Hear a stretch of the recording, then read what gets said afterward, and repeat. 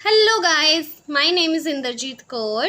तो आज का जो हमारा टॉपिक है ये एक रिक्वेस्टेड वीडियो है। तो चलिए आज हम पढ़ेंगे माउथ अल्सर्स के बारे में। जैसे कि आपको पता है कि हमारा जो खाने का जो तरीका है, हमारा लाइफस्टाइल है, वो बहुत सेडेंट्री है। हम बहुत ज़्यादा जंक फूड्स वगैरह लेते हैं, तो उसकी वजह से हमें ये माउथ अल्सर्स हो जाते हैं। तो चलिए देखते हैं माउथ अल्सर होता क्या है।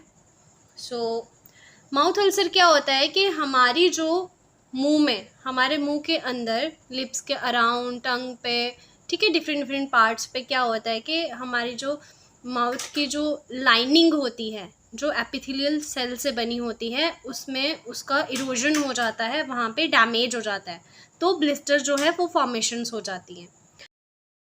अब माउथ अल्सर होने के कुछ कारण होते हैं, जैसे कि खाना खाते टाइम हमारी जो टंग है या चीक है उस पे बाइट हो जाना, उसकी वजह से आपको हो सकता है। देन आप अगर आपकी बॉडी में विटामिन डी की और विटामिन B12 की डेफिशिएंसी है तो ये भी एक कारण हो सकता है माउथ अल्सर्स का। देन अगर आपको वायरल इन्फेक्शन है, जैसे फीवर वगैरह है, तो उसकी वजह से भी आपको माउथ अल्सर हो सकते हैं। आपकी डाइजेशन में अगर कोई प्रॉब्लम है, आपको खाना अच्छे से पच नहीं रहा है, आपको एसिडिटी ज़्यादा बन रही है, वो भी एक रीज़न होता है माउथ अल्सर्स का। उसके अलावा कुछ हार्मोनल चेंजेस अगर बॉडी में हो रहे हैं, या फिर आप बहुत ज़्यादा स्ट्रेस में हैं, जो कि आजकल तो मैक्सिमम लोग जो हैं बहुत ज़्यादा स्ट्रेस में हैं, उनको हो सकता है। या नींद ना आना आपको, या किसी तरह की आपको अगर फूड एलर्जी है, तो ये कुछ कारण है जिसकी वजह से आपको माउथ अल्सर हो सकते हैं। तो ये जो माउथ अल्सर्स होते हैं ये मेनली 4 तरह के होते हैं। फर्स्ट इज़ कैंकर सोर्स, जो आपको वाइट कलर के ब्लिस्टर्स होंगे और surrounded by red membrane. Then second आ जाएंगे कोल्ड सोर्स, जिनको हम फीवर ब्लिस्टर भी बोलते हैं। अगर जैसे मैंने अभी आपको बताया था, एक कारण इसका बॉडी में वायरल इन्फेक्शन भी है। अगर पेशेंट को फीवर हो रहा है बार बार कि वायरल इन्फेक्शन की वजह से, तो उसको कोल्ड सोर्स हो सकते हैं। देन ल्यूकोप्लेकिया, ये क्या होता है कि ये एक थिक कलर का वाइट और ग्रे पैच होता है। देन जो फोर्थ इसका टाइप आता है वो आता है कैंडिडियासिस या थ्रश। ये फंगल इन्फेक्शन है और मेनली जो बच्चे बॉटल फीड करते हैं ना, ये उनमें भी पाया जाता है। देन हम देखते हैं, नेक्स्ट हम देखेंगे इसके सिम्टम्स के बारे में। अगर आपको माउथ अल्सर हैं तो आपको क्या क्या सिम्टम हो सकते हैं, ये जो है ये डिपेंड करता है कि उसका कारण क्या है। माउथ अल्सर्स जो हैं वो किस वजह से हैं। जो पेनफुल माउथ अल्सर्स होते हैं वो येलो, वाइट या रेड कलर के होते हैं। जो माउथ के अंदर होते हैं और टंग पे होते हैं, या चीक्स और लिप्स पे भी हो सकते हैं। Areas of redness surrounded the सोर, रेड कलर का एरिया होता है जो हमारा ब्लिस्टर, जो वो सोर होता है उसके आसपास पूरा रेडनेस हो जाती है हमें। देन जो पेन है, जब आप कुछ भी खाओगे, पियोगे या बात भी करोगे ना, वो पेन आपको बहुत ज़्यादा वर्स हो जाएगी। देन जो एक या एक से ज़्यादा भी आपको blister at the same time हो सकते हैं। ये जो माउथ अल्सर्स होते हैं ये इतने ज़्यादा फैलते नहीं हैं, इतने ज़्यादा हार्मफुल नहीं होते, अनलेस अगर वो आपको किसी बीमारी की वजह से हुए हों। देन हम देखेंगे कि हमें अगर माउथ अल्सर्स हैं तो हमें क्या करना चाहिए और क्या नहीं करना चाहिए। तो पहले तो आपको क्या चीज़ें नहीं करनी चाहिए, आपको स्पाइसी, सॉल्टी या कोई भी फ्राइड चीज़ जो है, जो एसिडिटी बढ़ाती है, वो चीज़ें नहीं लेनी चाहिए। आपको कोई भी हार्ड चीज़ें जैसे ब्रेड, क्रिस्पी टोस्ट, ये सब चीज़ें नहीं लेनी है।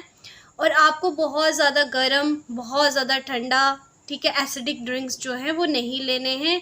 च्युइंगम आपको नहीं लेना है, और आपको वो टूथपेस्ट यूज़ नहीं करना है जिसमें सोडियम सल्फेट हो।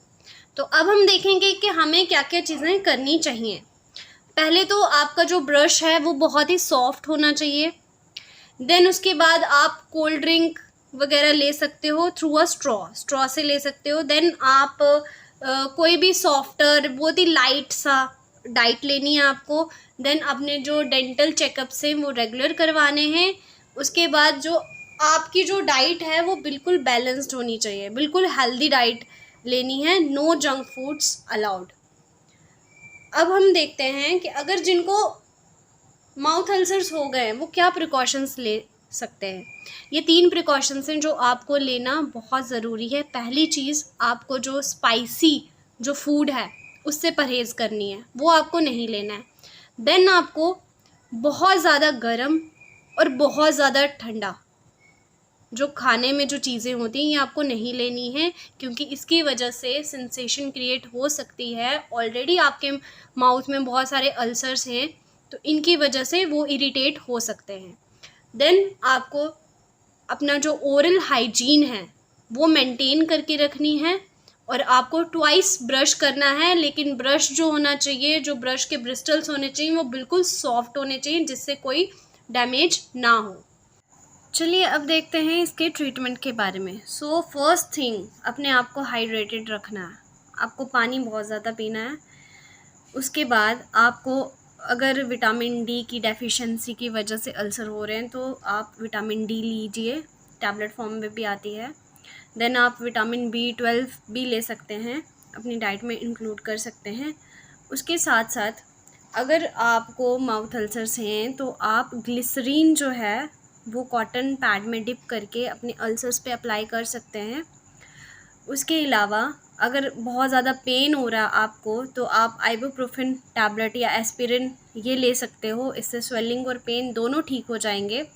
देन उसके बाद आप एंटासिड ले सकते हो, क्योंकि अगर आपको डाइजेशन में प्रॉब्लम हो रही है, एसिड आपका ज़्यादा बन रहा है, तो वो भी एक रीज़न होता है माउथ अल्सर्स का, तो आप एंटासिड ले सकते हो।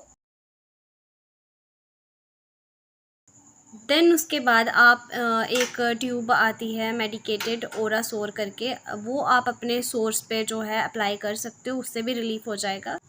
अगर इन सब के बाद भी आपको ओरल सोर की प्रॉब्लम जो है वो रहती है तो प्लीज़ कंसल्ट अ डॉक्टर।